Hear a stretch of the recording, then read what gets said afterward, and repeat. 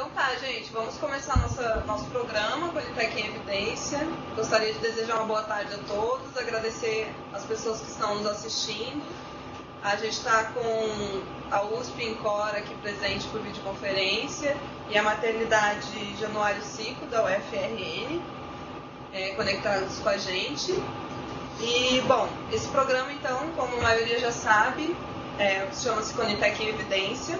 Tem como finalidade debater e aprofundar temas de relevância da área de avaliação de tecnologias em saúde, gestão, e além de difundir os conteúdos produzidos pela Conitec e também pelos núcleos de avaliação de tecnologias em saúde. Esses encontros eles são transmitidos por duas maneiras. Uma delas é a videoconferência, onde os participantes que estão conectados podem assistir, realizar perguntas e fazer comentários durante a transmissão. E também através do streaming, onde os usuários que não têm aparelho de videoconferência podem assistir ao vivo pela internet essa transmissão e realizar suas perguntas, comentários através do e-mail. O nosso e-mail para esse contato, nosso canal de comunicação é o conitec.evidencia@saude.gov.br. Então a gente convida que todos vocês estejam presentes conosco quinzenalmente para seguir essa programação, né? O tema do encontro de hoje será relatório da Conitec, subsídio para tomada de decisão, que vai ser apresentado pelo Dr. Ivan Ricardo Zimmermann, que é farmacêutico, bioquímico, tem MBA em Economia e Avaliação de Tecnologia em Saúde, é doutor em Ciência da Saúde e analista de Políticas Sociais no Departamento de Gestão e Incorporação de Tecnologias em Saúde.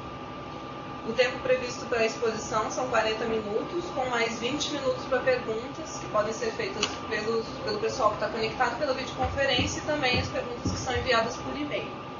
Então a gente vai começar. Obrigada, Ivan. Pode começar.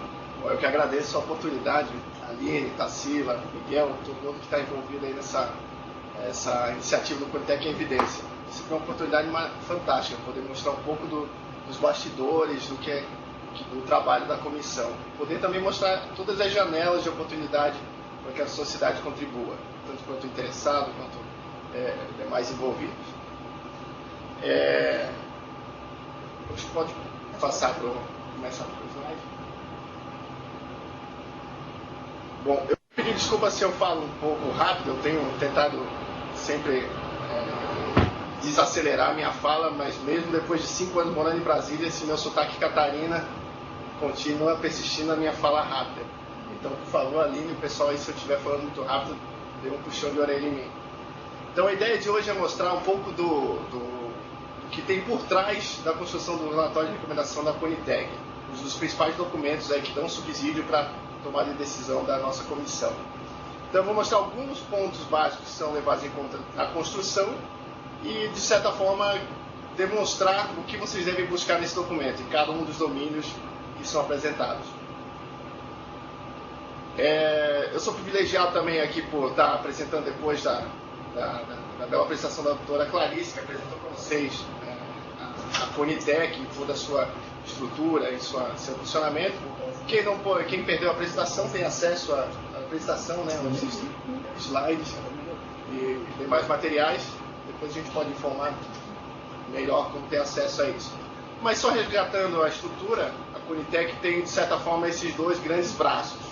Então nós temos o plenário, que é a nossa comissão propriamente dita, com seus 13 membros, envolvendo tanto as secretarias interessadas do Ministério da Saúde, quanto os demais envolvidos da sociedade, tanto profissionais, quanto usuários e demais agências reguladoras. E eu faço parte desse outro braço, do Departamento de Gestão e Incorporação de Tecnologia em Saúde, que faz o papel, tem a competência da Secretaria Executiva da Conitec, que dentre as suas ações, uma delas fundamental é o apoio técnico. E nesse apoio técnico é desenvolvido por uma equipe multidisciplinar, que como demanda a própria área de avaliação de tecnologia de saúde. E não faz parte só a nossa equipe, né? Nós contamos com instituições parceiras, vários NATs e demais envolvidos, participando ativamente na construção desse conjunto de evidências para a tomada de decisão. Então, entrando especificamente no tema da palestra de hoje, essa ideia de um documento que sintetize as evidências, tanto de efetividade quanto de custos e de custo-efetividade para tomar decisão, não é algo originado propriamente na Conitec. Nós já tínhamos isso também trabalhado na comissão anterior, a CITEC, que é claro, resguardar as devidas proporções, que nós já creio que vocês já tenham tido contato, se não, por favor, busquem contato sobre as mudanças dessa CITEC para a Conitec e os ganhos que nós tivemos com a implantação da Conitec no Brasil. As decisões da CITEC já eram tomadas com base em pareceres técnicos científicos de cada demanda a ser avaliada. Claro, em uma amplitude bem menor, mais voltada à perspectiva do Ministério da Saúde.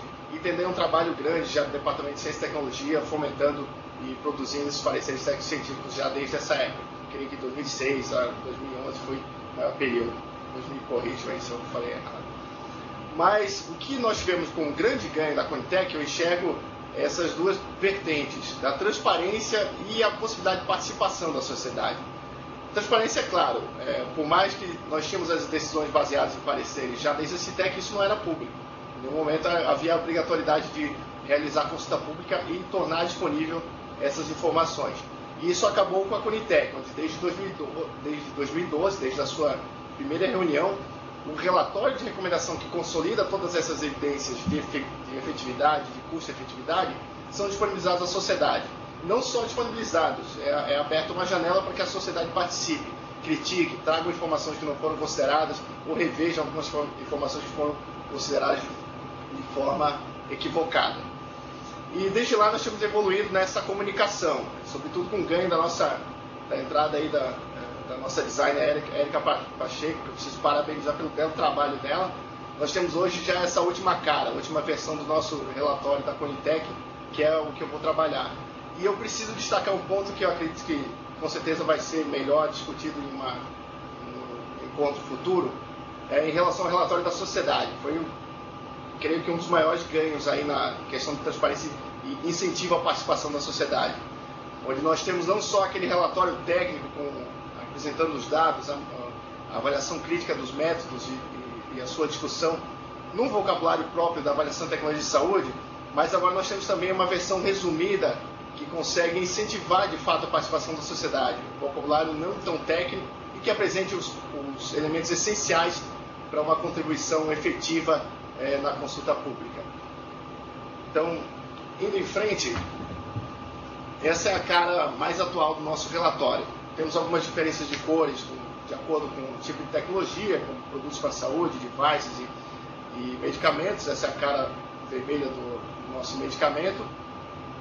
E, basicamente, nosso relatório vai trabalhar com informações desses eixos. Primeiro, informações sobre a doença. Nesses 3 pontos, tanto a doença, informações sobre a tecnologia e informações sobre as alternativas, eu vejo a ideia da contextualização.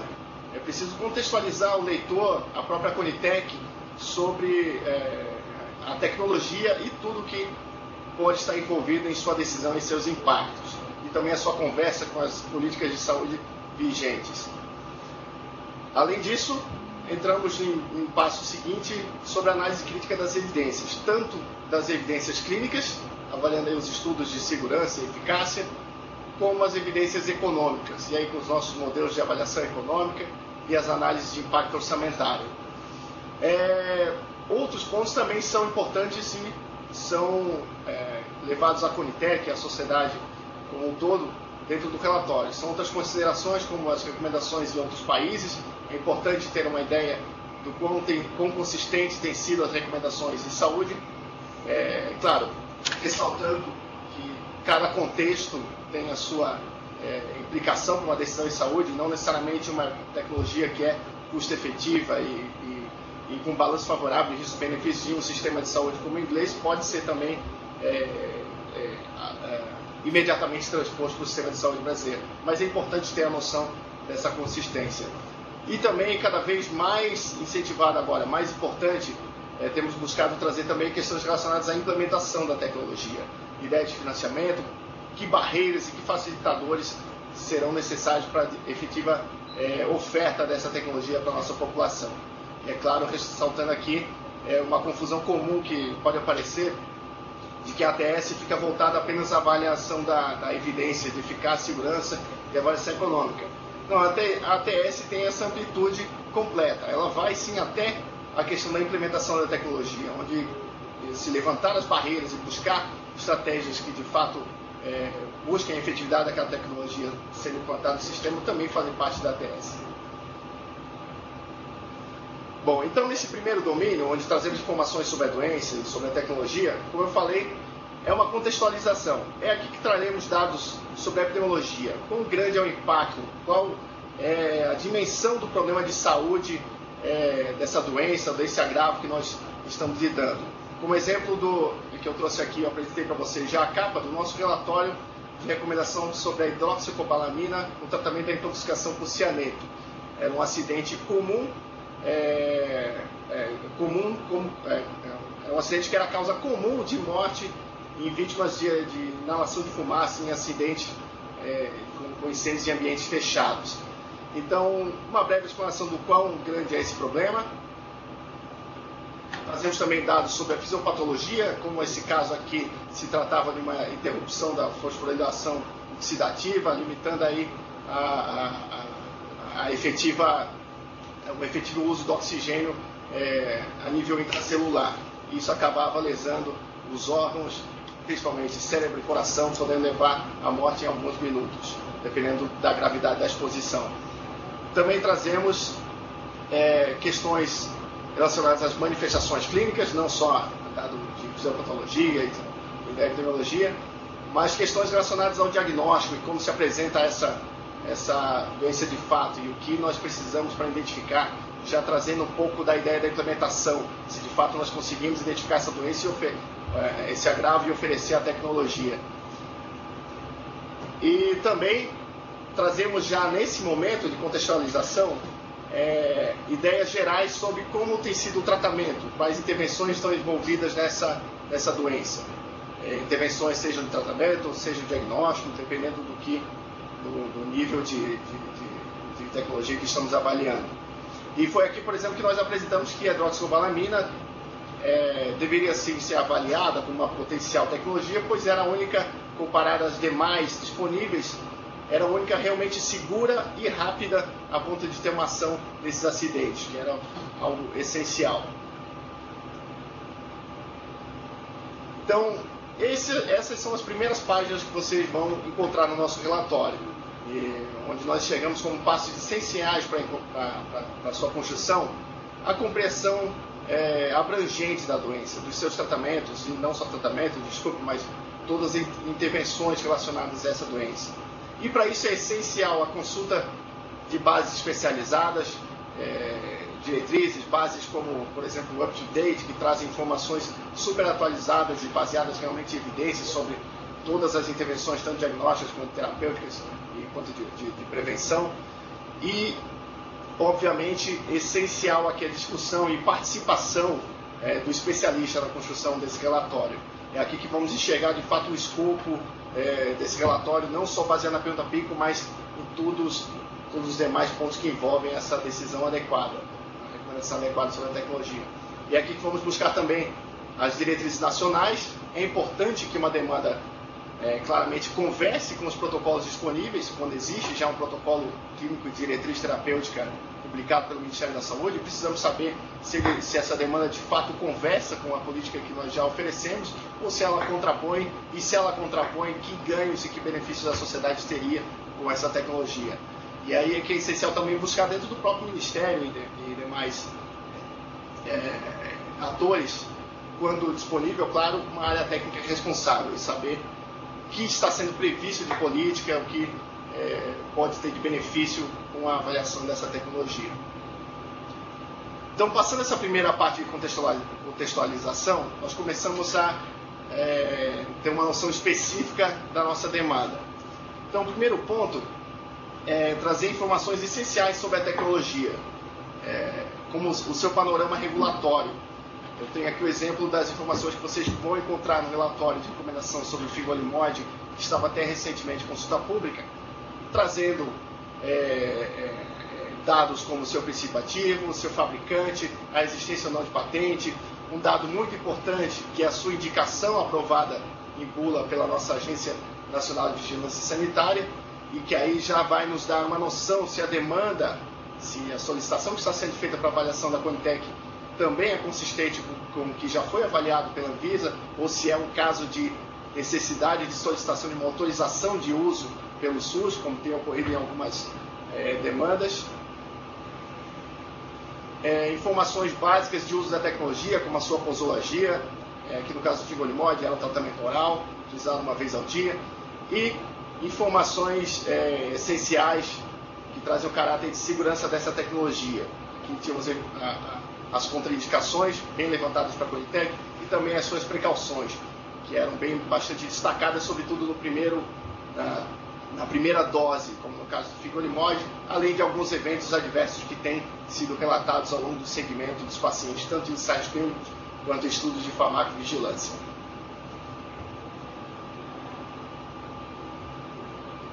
E é claro que esse é o primeiro passo, é o primeiro ponto onde nós apresentamos uma ideia, um pouco da ideia da negociação, trazendo aqui o preço que foi proposto pelo fabricante, quando é uma demanda apresentada pelo fabricante, para incorporação. Nesse caso, era um medicamento Fingolimod para uma nova indicação, e nós já tínhamos esse medicamento incorporado, então o preço proposto, de certa forma, era consistente já com o que era praticado. Mas caso contrário, em caso de uma tecnologia que ainda não está efetivamente incorporada no SUS, nós temos ainda uma terceira coluna, onde nós apresentamos o preço que é proposto pelo demandante, o preço ao nível regulatório da nossa Câmara de Regulação de Medicamentos, da Anvisa, a CEMED, Câmara de Regulação do Mercado de Medicamentos, desculpe, a CEMED, que é considerado o nosso preço teto, né? Considerando inclusive até os potenciais descontos que podemos conseguir com as compras públicas ao nível central, na plataforma. E além disso, podemos ter ainda uma terceira coluna do preço praticado, onde vamos buscar bases essenciais como o Banco de Preços de Saúde, descobrir se alguma Secretaria de Saúde, algum outro ente já tem fornecido essa tecnologia e com que preço ele tem conseguido. E com essa ideia podemos ter uma noção do nível de negociação ou de desconto que nós temos por esse preço. Bom, então a gente já aumentou um pouco o tamanho do nosso relatório. Temos essa contextualização básica da doença, epidemiologia e da tecnologia, e agora com esse panorama regulatório, onde chega como passos essenciais a nossa busca da situação de registro, saber se é uma tecnologia realmente registrada para comercialização no Brasil, e caso contrário, se existe relevância clínica, se é um problema de saúde pública que deve ser realmente enfrentado, ao ponto de considerar ou não seguir com uma análise mesmo com essa ausência de registro, mas resgatando que são apenas casos excepcionais, e a sua indicação aprovada em bula, o preço aprovado como teto e o praticado em bases como o Banco de Preços de Saúde. Além das informações técnicas, né, que vão dar uma noção clara do que é a tecnologia, suas formas de uso, efeitos adversos que podem ocorrer com o uso dela.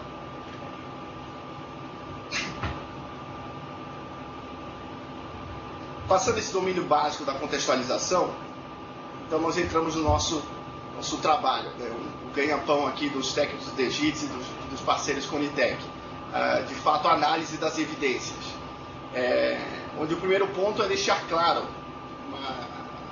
ao que nós estamos propondo avaliar, a nossa pergunta pico. É só ela que vai realmente deixar clara a conversa da demanda com as evidências disponíveis e os seus resultados, e onde nós podemos chegar.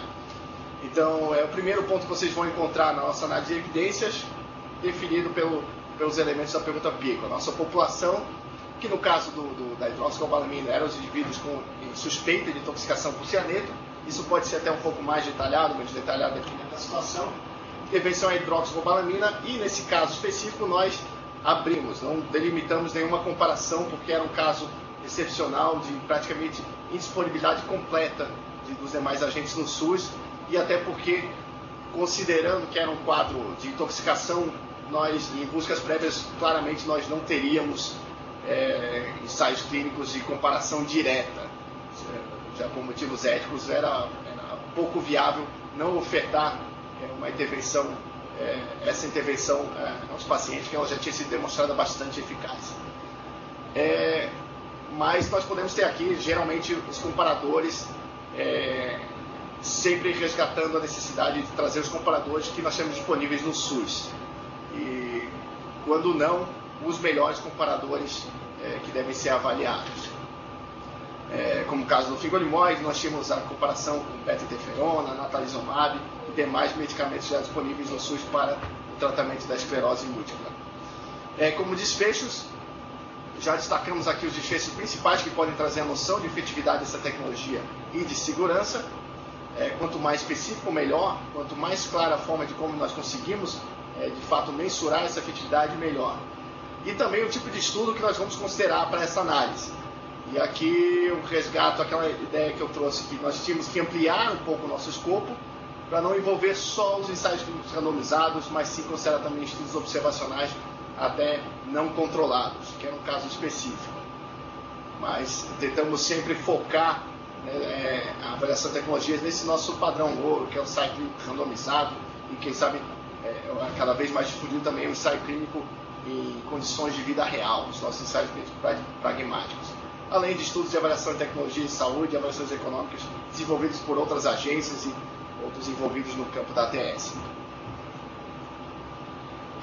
Aqui que nós vamos demonstrar também como foram obtidas as evidências e, no caso de um relatório demandado por outro interessado que não o Ministério da Saúde, a nossa avaliação crítica dessa busca. Então, com todos os termos, todas as bases, todos os filtros, a sua atualização, a sua readequação quando necessário, incluindo mais um comparador ou mais uma base.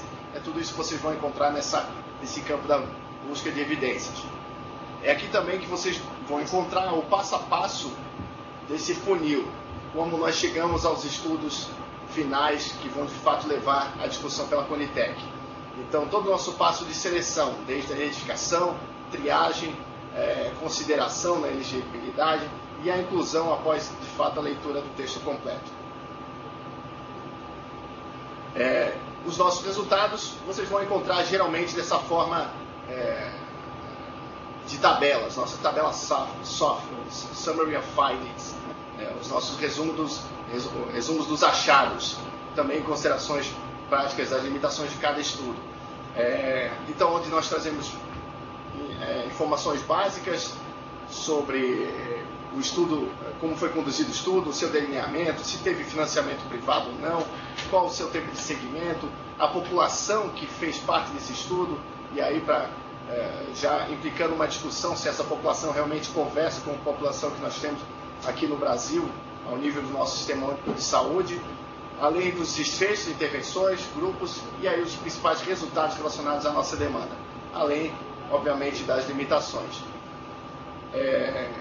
Além disso, nós temos, obviamente, uma leitura completa do corpo de evidências. Nós precisamos trabalhar com essa ideia geral da síntese de todos os estudos que nós temos e o que eles conseguem traduzir para o tomador de decisão. Não só avaliando de forma geral as evidências, como também avaliando a sua qualidade. E nesse ponto, o que a Conitec tem buscado sobretudo evoluir no uso de um sistema que é extremamente transparente e mais que abrange de forma completa realmente a noção de causalidade entre uma intervenção e seus desfechos, que é o sistema GRADE. Então, o sistema GRADE consegue apresentar de uma forma bem sintética e clara o nível de evidência, o nível de qualidade das evidências para aquela tecnologia em avaliação. Como era o caso aqui da hidroxicobalamina e intoxicações por cianeto, os nossos desenhos de estudos pela ausência de grupo controle, vários vieses, sobretudo viés de formação, pela sua base essencial em dados retrospectivos, entre outros pontos, fazia com que o nível de evidência para o desfecho de morte e de sequela neurológica era ainda muito baixa, uma evidência de qualidade muito baixa que pode, na tradução do GRADE, trazer uma informação ainda bastante incerta. Nós temos uma noção de eficácia, mas esse dado na vida real pode ser bastante diferente, pode ser influenciado. Nós não temos uma total confiança do quanto isso realmente pode funcionar. Pelo contrário, quanto à questão de segurança, porque o Grade trabalha com essa ideia dos desfechos, o nível de evidência conversa bastante com cada desfecho, com cada tipo de estudo que ele trabalha. O desfecho de segurança era uma tecnologia que se mostrava claramente benéfica, sem grandes riscos para a saúde. E aí a Conitec tem que ponderar seus riscos e benefícios, além da qualidade de evidência, na sua decisão. Então, indo além do nosso relatório, já aumentamos aí o volume, a quantidade de páginas, chegando a esse ponto do domínio da avaliação das evidências de eficácia e segurança. Então, como passos essenciais, e é o que vocês vão encontrar na leitura desse relatório, uma definição clara do pico. Isso é fundamental e vai influenciar desde os níveis iniciais da construção da busca, da estratégia de busca, a avaliação da qualidade da evidência lá no final com o grade, sabendo quão direta é essa evidência para a nossa pergunta em avaliação. Então, aqui que vocês vão encontrar, vocês encontrarão um relato crítico da busca, da estratégia de busca, de como foi feita a seleção, de seus critérios de inclusão e exclusão, a extração e os métodos de síntese das evidências. Aqui vocês vão encontrar os métodos e os resultados das meta-análises, sejam meta-análises de comparação direta quanto comparação indireta, com métodos frequentistas, bayesianos. É nesse ponto, nesse domínio do relatório que vocês encontrarão essas informações. Tá ok? Estou muito rápido.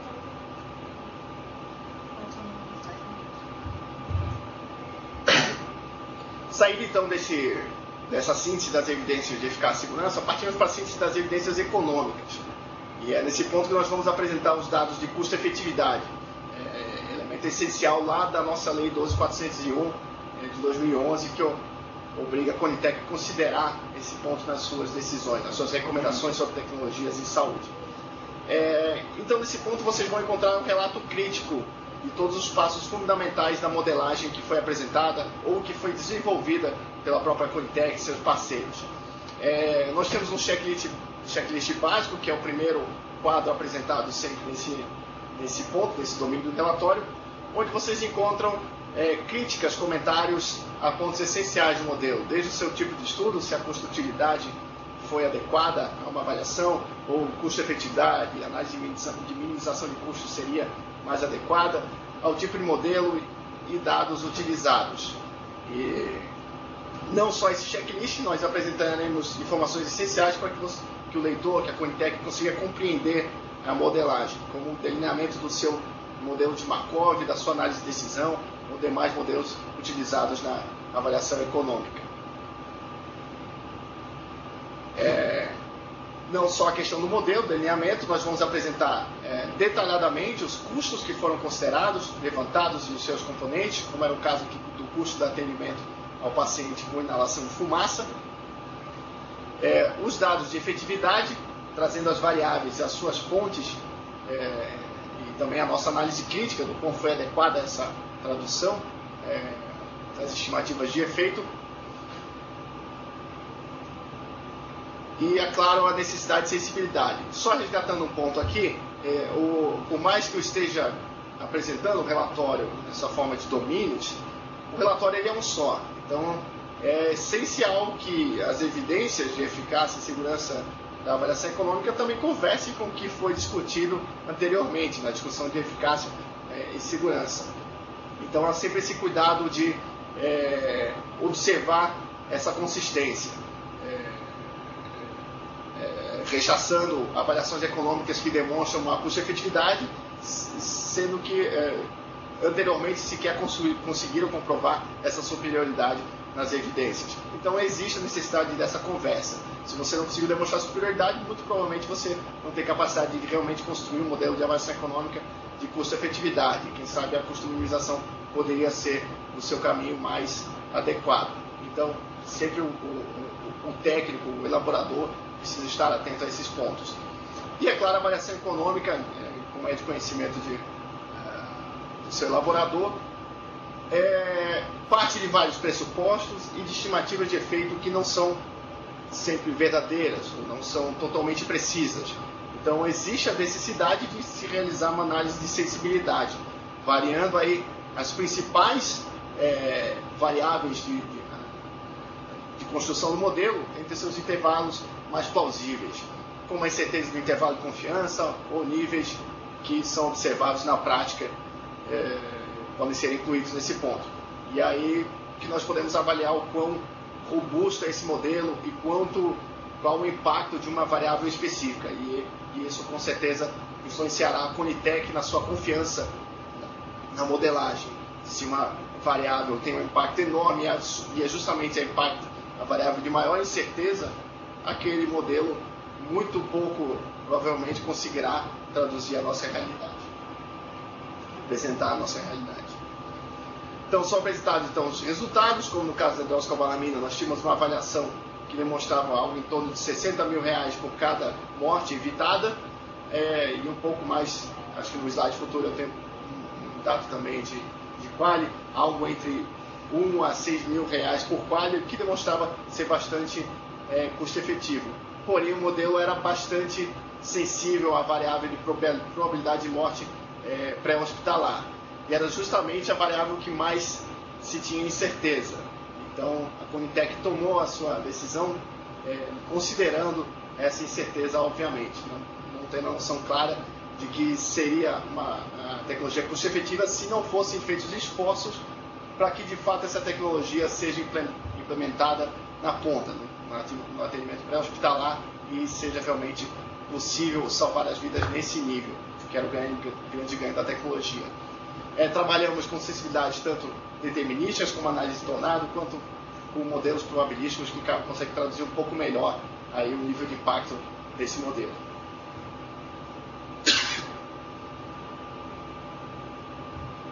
Partindo da avaliação econômica, nós também temos um dado econômico muito importante, que é a análise de impacto orçamentário. Extremamente sensível para a decisão da Conitec, qualquer gestor saber quanto que vai custar a conta pode influenciar não só a sua decisão, mas a necessidade de priorizações, estratégias para que você consiga ofertar essa tecnologia. Então, temos cada vez mais trabalhado em desenvolver mais nossas análises de impacto orçamentário, e eu vejo isso não só pelos relatórios elaborados tanto pela Conitec com seus parceiros, como pelos próprios demandantes externos da Conitec. As avaliações de impacto orçamentário têm evoluído absurdamente nas questões metodológicas. E para esse ponto nós podemos partir tanto de estimativas epidemiológicas, como foi o caso da risperidona para agressividade em adultos com transtorno do espectro do autismo, tentando delinear um fluxo passo a passo do que seria a população estimada a receber aquela tecnologia, naquela demanda solicitada, como nós podemos partir em alguns cenários, quando disponível, de dados mais robustos, como era o caso da ampliação de cobertura da clozapina para psicose em caso de doença de Parkinson, onde nós temos, de fato, o registro do número de pacientes que hoje acessam medicamentos para Parkinson por meio do componente especializado da ciência farmacêutica. Então, em posse desses dados, nós conseguimos estimar de forma mais precisa a previsão de quantos pacientes potencialmente receberiam a tecnologia nos anos seguintes, 2016 e em diante. Assim como a avaliação econômica, é essencial apresentarmos aqui todos os dados componentes que foram considerados na questão de custos, e aí resgatando não só os custos necessários com a aquisição da tecnologia, mas com a sua implementação, como o caso da clozapina, além da compra do medicamento e a sua disponibilização, era necessária a disponibilização de mais exames de monitorização, tanto pré-tratamento como pós-tratamento desses pacientes. Então isso precisava entrar na conta do impacto orçamentário. E aqui é apresentado o resultado do nosso impacto. Como exemplo aqui da clozapina, nós tínhamos uma ideia do impacto orçamentário anual médio em torno de aproximadamente R$3 milhões, para o tratamento de quase 40 mil pacientes. Então, outra coisa que nós temos evoluído é tentar cada vez mais difundir as ferramentas que nós temos tão bem consolidadas já na avaliação econômica, também para o impacto orçamentário. O impacto orçamentário, assim como a avaliação econômica, parte de um modelo que se baseia em vários pressupostos e incertezas, como ocorreu no nosso caso básico, partindo de prevalências, de incidências de agressividade, de psicose, nesses casos de doença de Parkinson, que podem ter uma incerteza incluída. Então, nós temos também trabalhado não só com o impacto orçamentário baseado em um único cenário, mas também com análise de sensibilidade. Tanto determinísticas, trazendo aqui a nossa análise de tornado também utilizada nesse caso da clozapina, quanto probabilísticas, onde agora nós partimos não só de 1, 2, 3 cenários, mas mais de 1000 cenários possíveis do impacto daquela tecnologia, tendo aí as principais variáveis dentro da sua distribuição de probabilidade de erro relacionada à sua média e à sua característica de variável. E onde ficou claro com essa análise que com muita confiança o impacto não ultrapassaria um total de 15 milhões de reais ao longo de 3 anos de operação, ficaria entre 10 e 15 milhões com base nos vários cenários construídos com modelos de Monte Carlo. Bom, chegando à parte final da análise de evidências, resgato aqui que são passos essenciais para a construção. O relato crítico desse modelo de custo-efetividade, resgatando a adequação do modelo adotado. Foi uma análise realmente que realmente conversou com as evidências apresentadas ou ela parte de pressupostos que são muito facilmente são muito frágeis, muito facilmente refutados. Também a análise crítica dos custos, sempre resgatando a perspectiva do Sistema Único de Saúde, considerando se de fato são os custos que o nosso sistema irá desembolsar com aquela tecnologia. E também o relato crítico da efetividade, ressaltando aquele ponto da consistência que eu falei anteriormente, e sempre que possível também conversar com o mundo real, buscar dados de estudos pragmáticos que realmente tragam uma noção melhor do que podemos esperar de uma tecnologia após a sua implementação. E no relato crítico de impacto é essencial uma análise aprofundada de como foi obtida aquela população, que é basicamente o esqueleto do impacto orçamentário. Então, saber se aquela estimativa epidemiológica realmente conversa com a nossa realidade, se aquele dado de serviço foi adequadamente avaliado, e se pode ser realmente representativo da conta do pagamento dessa tecnologia. Bom, outras considerações, vocês também encontrarão os tópicos seguintes dos nossos relatórios, como eu destaquei antes, recomendações de outros países, questões de implementação, tecnologias que precisam também ser incorporadas ao Sistema Único de Saúde, estratégias de financiamento que precisam ser readequadas, protocolos que precisam ser atualizados, vocês irão encontrar ao final desse relatório. E as considerações finais, trazendo uma conclusão sobre o que foi observado, tanto na contextualização da tecnologia e das evidências de eficácia, segurança e econômicas. Feito isso, esse relatório é fechado em sua versão ainda confidencial.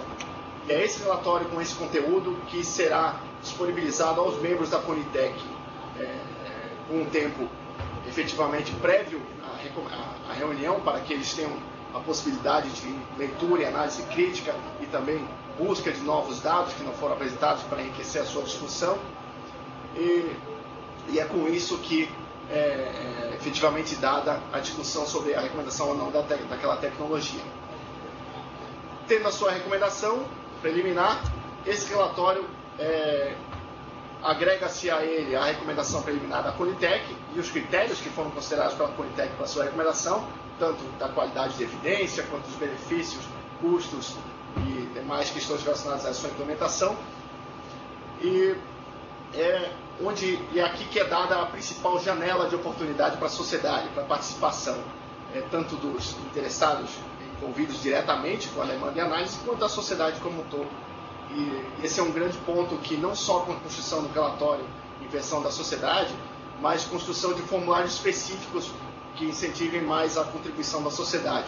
Ao longo desses 5 anos da Conitec, estávamos observando que existiam realmente 2 formas de contribuição. Uma janela única de contribuição já não atendia mais. Então trabalhamos hoje com 2 formulários, basicamente, um formulário técnico-científico que vai trabalhar bastante em cima do nosso relatório, onde são levantadas questões sobre os dados apresentados e métodos considerados, mas também um formulário de opinião e experiência, onde o nosso principal intuito é captar a perspectiva dos pacientes, tanto quanto as suas expectativas sobre aquela tecnologia que está sendo avaliada, quanto a sua experiência com tecnologias já incorporadas e que têm sido comparadas.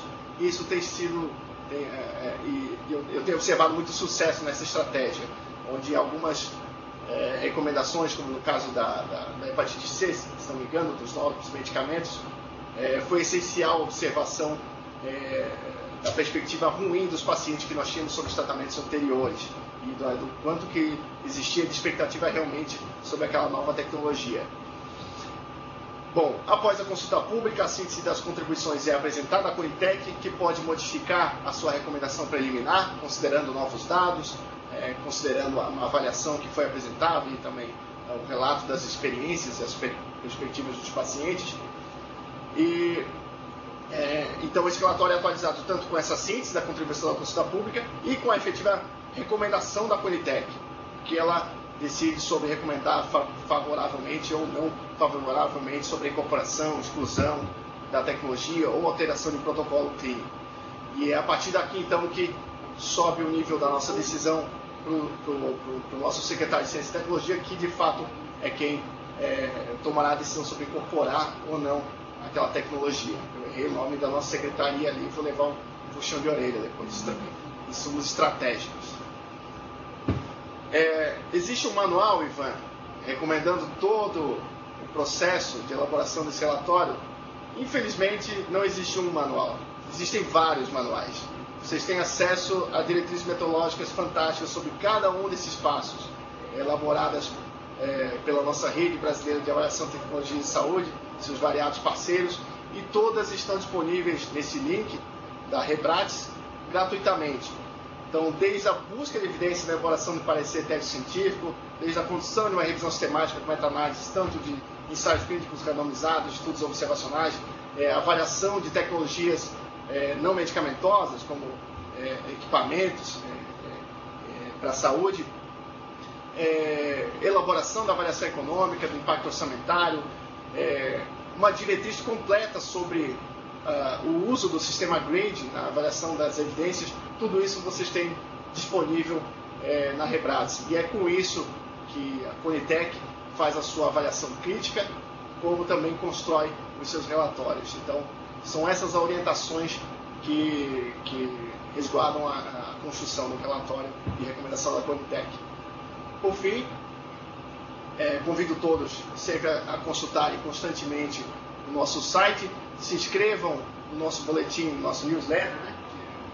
Informações, existe um campo específico para você escrever seu e-mail e estar sempre por dentro do que tem acontecido na Conitec. E os nossos relatórios de recomendação se encontram nesse menu do meio aqui, recomendações da Conitec. Vocês encontram tanto os relatórios técnico-científicos quanto os relatórios para a sociedade de decisões já finalizadas, quanto ainda em avaliação. Bom, o que eu tinha para contribuir era isso. Espero ter podido demonstrar um pouco do que vocês conseguem extrair do nosso relatório de recomendação. Obrigada, Ivan, pela excelente apresentação. Espero que o pessoal tenha gostado, né? Foi ótimo, bem detalhada. E agora a gente vai abrir para comentários, para perguntas. Eu trouxe já aqui umas perguntas que chegaram por e-mail, veio da indústria farmacêutica, e eles perguntam se existe alguma restrição para aceitar artigos publicados em determinados periódicos. Não existe essa restrição. A nossa avaliação é sempre da qualidade da evidência.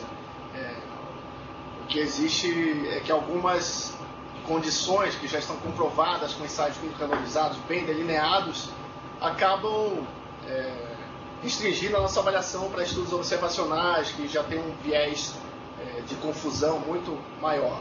Então, eu não diria que existe uma restrição por periódico, mas por delineamento. Então, e cada situação, certo? Cada contexto tem uma avaliação, mas não existe essa restrição. E é possível utilizar dados de um artigo que já foi submetido, aceito, mas que ainda não foi publicado? A Conitec não teria essa restrição. Eu fico em dúvida sobre os direitos autorais, a questão editorial, porque esse relatório será tornado público. Então, se você demandar e enviar essa informação, é importante deixar claro para que a Conitec, posteriormente, numa publicação, não vá complicar o seu trabalho. Mas também não tem essa limitação. Claro, é importante que sempre deixe claro a fonte daquela informação e como foi obtida, todos os detalhes. A última pergunta, antes da gente abrir para os parceiros que estão conectados por videoconferência, é se existe alguma restrição em avaliar estudos com desfechos importantes, mas que são ad hoc, ou não são estudos randomizados, controlados, principalmente no caso de doenças raras, considerando a dificuldade em ter uma abundância de estudos disponíveis. Lembrando que esses não seriam os únicos estudos, seriam apenas complementares, mas com desfechos importantes. Eu acho que essa resposta eu tenho não só uma resposta, mas um relatório de exemplo para você. Consulte o relatório da hidroxicobalamina, por exemplo. Ela foi totalmente baseada em estudos não controlados, justamente por ser uma situação onde o estudo por meio de um delineamento de ensaio clínico randomizado era impossível, não era factível. E a Conitec teve sim que considerar esse tipo de evidência. E é claro que a situação de doenças raras é algo bastante semelhante e pode levar à necessidade de busca dessas evidências não ideais quando falamos de avaliação de intervenções em saúde. Então, algum dos parceiros, alguém tem Eu queria discutir com vocês justamente essa parte dos estudos. Você está me escutando? Sim. Eu estou escutando muito barulho a partir daí. Mas assim, com respeito, ótimo, com respeito ao tipo de estudo, Ivan, justamente, essa é uma discussão que vem desde o início da Anvisa. Porque o FDA, por exemplo, ele aceita dados não publicados, mas os torna público como a prova, não é, de que houve um estudo válido e que teve que ser considerado, embora estivesse publicado em outros ambientes. Né? E mais tarde ele pode ser publicado de maneira mais completa ou, digamos assim, o mesmo resultado ser publicado. Ele não perde a sua originalidade quando ele está publicado num site regulatório ou de avaliação de tecnologias. Então, eu acho que essa discussão tem que ser colocada assim, se os dados são originais e são submetidos como prova, que eles não sejam escondidos, porque isso torna a decisão ou o subsídio à decisão menos transparente. E essa é uma prática regulatória internacional que pode ser subsidiada, que pode subsidiar as decisões, e eu acho que é válida, sim. É uma maneira da gente tornar transparente também outros estudos que podem ser eventualmente importantes. Né? Para doenças raras, os registries também não publicam detalhes, por exemplo. E a gente tem esses registries como o nosso benchmark no nível internacional, mas também nós estamos começando a fazer registries no nível do Brasil. Então, se a gente não publicar a análise destes registries, e aí eu estou citando, por exemplo, o exemplo dos imunossupressores agora nos transplantes. Vários desses estudos, como o registry, não estão publicados de maneira completa, como a gente analisou e publicou aí nos PTCs. Né? É óbvio que depois os grupos vão fazê-lo, mas por enquanto eles estão publicados de maneira transparente no nível do site da Conitec, porque é esta a base, né, substantiva que subsidia essa decisão. Então, gostaria de saber a sua opinião e talvez desencadear uma discussão a esse respeito, para que a gente tenha também, no parecer técnico da Conitec a transparência de todos os dados de maneira inequívoca que fizeram o subsídio a essa recomendação da Conitec.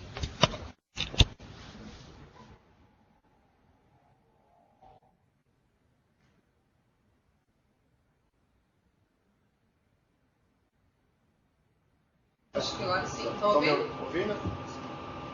Sim. Então, eu citei esse ponto, mas até hoje nós não tivemos nenhuma situação de dados que não puderam ser disponibilizados para a sociedade. Todas as informações que foram realmente avaliadas pela Conitec estão dentro dos nossos relatórios. E essa questão realmente é bem complexa e deve ser incentivada. Hoje, o viés de publicação é, sem dúvida, um dos maiores problemas na avaliação de tecnologia de saúde. Só resgatando o caso do Tamiflu, por exemplo, onde após anos de busca por um total de 7 ensaios clínicos randomizados que não foram publicados, nós podemos observar que aquela efetividade não era exatamente aquela esperada lá no início, quando foi realmente recomendada a sua incorporação, não só no Brasil, como em várias outras agências. Então, considerar dados, mesmo que não publicados, é essencial para qualquer decisão em saúde. E eu já tive casos de essa preocupação, eu levantei até, mas eu creio que realmente, como a Evelinda comentou, não deve ser um problema grande. Eu já tive casos de artigos publicados com dados que já tinham sido previamente disponibilizados em documentos semelhantes ao que tem a Conitec. Então, eu creio que realmente não deva ser um empecilho. E a gente tem realmente que incentivar o uso máximo da informação e a transparência para a sociedade. Ivan, chegou uma outra pergunta aqui por e-mail da Camila Rufino. Ela pergunta se existe algum trabalho de monitoramento do impacto das tecnologias após a incorporação. É verificado se o impacto projetado no relatório realmente refletiu a realidade? Essa é uma angústia que eu tenho desde meu trabalho no departamento de ciência farmacêutica, quando fazia parte da equipe do componente especializado da ciência farmacêutica, onde nós queríamos ter essa ideia, até uma estimativa do quanto nós erramos com o impacto orçamentário, quanto realmente que a gente consegue prever a nossa realidade. Mas a Conitec tem se trabalhado no monitoramento das incorporações. Eu não tenho muito a contribuir, eu não faço parte dessa equipe, estou tão a par de todas as estratégias que têm sido desenvolvidas, mas nós temos sim buscado esse dado. Creio que possa até ser um tema aí do Conitec Evidência, trazer aqui a ideia do trabalho do monitoramento das incorporações. Acredito até que será uma pauta do evento do da Conitec. Convido a Camila, mas se puder participar dessa discussão, vai ser bem proveitosa. Obrigada.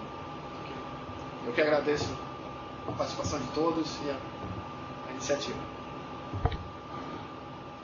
Mas ainda não terminou. Terminou? Olha só, Ivan. A gente falta 4 minutos para a gente encerrar. Vocês têm mais alguma pergunta? Então, o que eu queria colocar, que aqui em São Paulo, a Daniela Mello, que é assistente da assistência farmacêutica, está trabalhando com o pessoal também do CODES, que estão representados aqui, não é? Além do pessoal da Coordenadoria de Ciência e Tecnologia, a doutora Patrícia. Não é? Então, assim, colocar para vocês que esse grupo está disposto, já tem um prospecto no futuro de avaliar o segmento das incorporações. Então, se vocês fizerem um grupo, elas estão disponíveis e querem participar, ok? Obrigada, Evelinda. Obrigada pela audiência, né, de vocês sempre, da maternidade também. Maternidade, Januário Ciclo. Vocês dois estão sempre presentes, a gente agradece a atenção de todos. O pessoal que acompanhou por streaming também, a gente agradece. E daqui a 2 semanas a gente tem um novo encontro. Vai ser no dia 24 de outubro, a apresentação da doutora Marisa Santos, com o tema Custo-Utilidade como ferramenta de suporte para a tomada de decisões em saúde. Então a gente agradece a todos e convidamos para que vocês estejam conosco daqui a 2 semanas. Obrigada, gente. Obrigada, Evandro. Só uma pergunta ainda. Para o pessoal do Rio Grande do Norte, a gente voltou a se colocar no padrão lá do portal de evidências, e agora está o Sabiá do Rio Grande do Norte. É com vocês? Está diferente? É isso mesmo?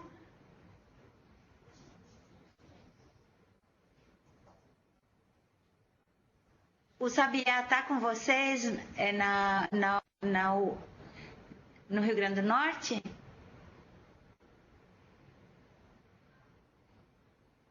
Evelinda, eu acho que eles não vão conseguir te responder isso, mas você pode entrar em contato com eles depois. Depois eu faço. Tá bom? Mas gente, obrigada. Foi joia deles.